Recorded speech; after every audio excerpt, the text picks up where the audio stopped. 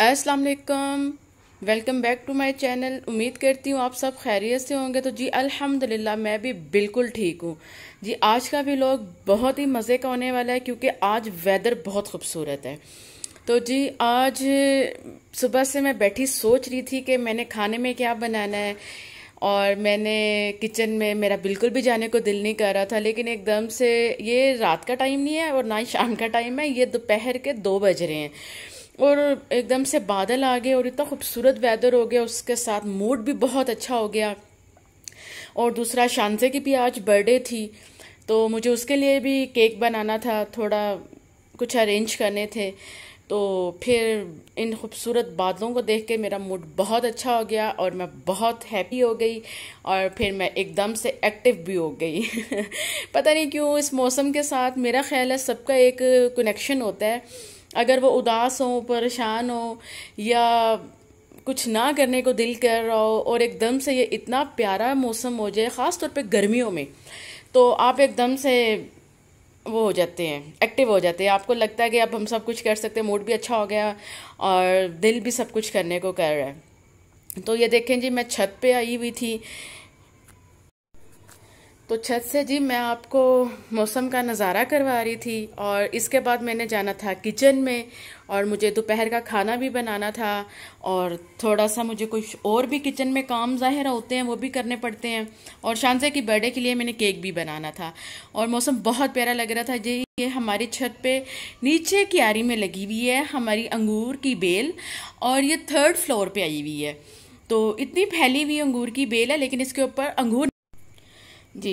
तो छत का तो मैंने ज़बरदस्त आपको नज़ारा करवा दिया मौसम का। अब मैं आ गई हूँ किचन में। किचन में आकर मैंने सबसे आलू मैंने पहले से ही बॉईल होने रख दिए थे। तो पहले मैं बनाऊंगी जी आलू का रायता दही वाला। तो ये भी गर्मियों में दोपहर के खाने में बड़ा अच्छा लगता है। तो इसके बाद फिर मैं बनाऊंगी वाइट चिकन पुलाव। वो भी बहुत मज़े का बनता है और बहुत ही सिंपल, बहुत ही आसान रेसिपी है। तो जी आलू का रायता बहुत ही सिंपल है। थोड़ी सी रेसिपी मैं आपके साथ शेयर कर देती हूँ। वैसे तो ये बहुत इजी सा है, सभी को बनाना आता है। तो यहाँ मैंने काली मिर्च और नमक ऐड कर दिया था, दही को मैंने अच्छी तरह से मिक्स कर लिया था। यहाँ मैं ग्रीन चटनी ऐड कर रही हूँ और उसके बाद मैंने बारीक बारीक टमाटर और प्याज और सब्ज़ मिर्च को काट लिया था, अब मैं वो ऐड कर रही हूँ। और उसके बाद जी यहाँ मैंने मीडियम साइज़ के 2 आलू बॉईल किए हुए थे, वो मैं डाल रही हूँ। तो इसके साथ जी दही का रायता तो हमारा हो गया रेडी और बहुत अच्छा बनता है। गर्मियों में काफ़ी मज़ा आता है दही के रायते के साथ दोपहर का खाने में, स्पेशल दोपहर के खाने में। तो बस जी रायता बनाने के बाद फिर मैंने साथ ही पुलाव बनाना शुरू करना था।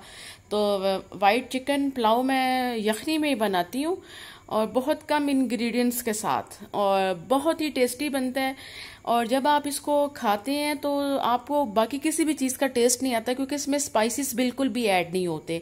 और मैं बहुत ही कम, वैसे भी मैं खाने में बहुत कम स्पाइसेस ऐड करती हूँ।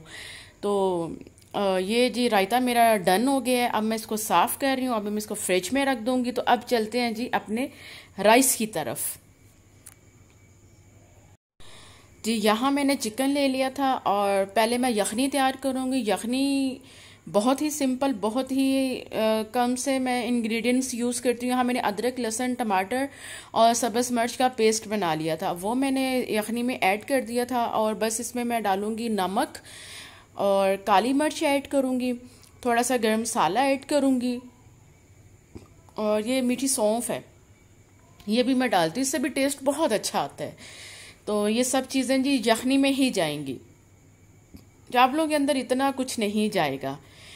तो बस फिर इसके बाद मुझे साथ साथ केक भी बनाना था, तो मैं केक का भी साथ साथ काम कर रही थी। केक मैंने तैयार करके तो रख ही दिया था, ऑलमोस्ट वो रेडी था, बस मुझे उसकी अब ड्रेसिंग करनी थी।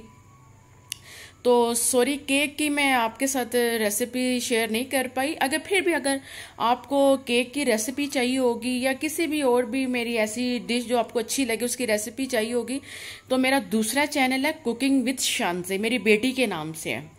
तो उस चैनल के ऊपर हर तरह की रेसिपी आपको मिल जाएगी। अगर उसके अलावा भी अगर कोई आपको और रेसिपी भी चाहिए होगी तो आप मुझे बता दीजिएगा कमेंट बॉक्स में, तो मैं बनाकर फिर उसके ऊपर उस चैनल पे भी डाल दूंगी। तो बस जी अब ये यखनी की चीज़ें मैंने सारी डाल दी हैं, कुछ मैंने गरम मसाला खड़ा ऐड किया है और जो कुछ है बस यखनी में ही डालना है। चावलों में मैंने दूसरी तरफ कुछ भी नहीं डालना, सिर्फ उसमें मैंने प्याज ही ऐड करना है और या बस दही ऐड करूँगी। चलें जी, यखनी तो मेरी तैयार हो गई थी बड़ी ज़बरदस्त। और उसके बाद मैंने प्याज लिया, बारीक बारीक उसको काट लिया और फिर मैंने थोड़ा सा उसको गोल्डन सा किया, बिल्कुल लाइट सा कलर। तो उसमें मैंने चिकन यखनी से निकाल के इधर डाल दिया था। यखनी को मैं ज़्यादा नहीं पकाती, सिर्फ 10 मिनट देती हूँ, फिर चिकन टूट जाता है। तो यहाँ डाल के मैंने थोड़ा सा उसको फ्राई किया। फ्राई करने के बाद मैंने उसमें दही ऐड किया है। दही पुलाव में ज़रूर जाता है, उससे इसका टेस्ट बहुत ही अच्छा हो जाता है। तो काफ़ी मज़े का ये पुलाव बनता है।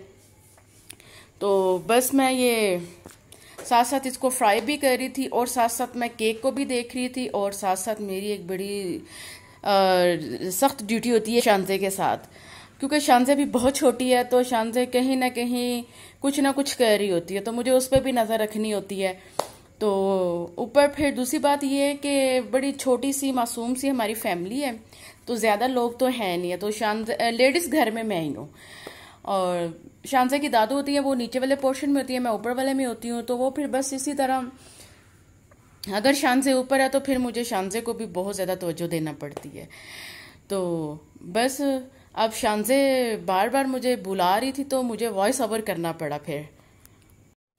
जी यहाँ तो राइस हमारे हो गए हैं डन, दम मैंने लगा दिया था। अब जी मैं दम खोल रही हूँ। चावल मैं हमेशा खुले पतीले वाले बर्तन में बनाती हूँ जो खुला सा हो। उससे ये होता है ना कि हमारे चावल बड़े ही ज़बरदस्त खिले खिले से और बड़े अच्छे बनते हैं। आप भी कोशिश किया करें जब भी आप राइस बनाएं तो किसी खुले से बर्तन में बनाया करें, खुले से पतीले में, उससे चावल बहुत अच्छे बनते हैं, एक एक दाना हो जाता है।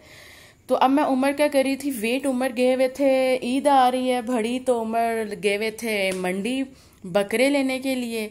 तो मुझसे अब इंतज़ार नहीं हो रहा था क्योंकि अब टाइम तकरीबन हो चुका था, 4 से 5 बजे का टाइम था, तो मुझे भूख भी लग रही थी। तो मैंने थोड़े से अपने लिए राइस डाले, तो ये मैं खा लूँगी थोड़ी देर, मुझे ज़रा जी। राइस खाने के बाद अब मैं आ गई थी अपने केक की तरफ। सॉरी, केक की मैं कोई भी क्लिप आपके साथ शेयर नहीं कर पाई क्योंकि टाइम भी एक शॉर्ट होता है, फिर सारा कुछ मुझे खुद ही करना होता है। केक मैंने रेडी कर लिया था तो मैंने कहा चलो इसकी फाइनल लुक मैं आपको दिखा देती हूँ। जी यहाँ मैंने ब्लैक फॉरेस्ट केक बनाया था, तो देख लें जी नीचे भी काफ़ी वो चॉकलेट गिरी हुई है, तो अभी मुझे ये सारा किचन भी क्लीन करना था।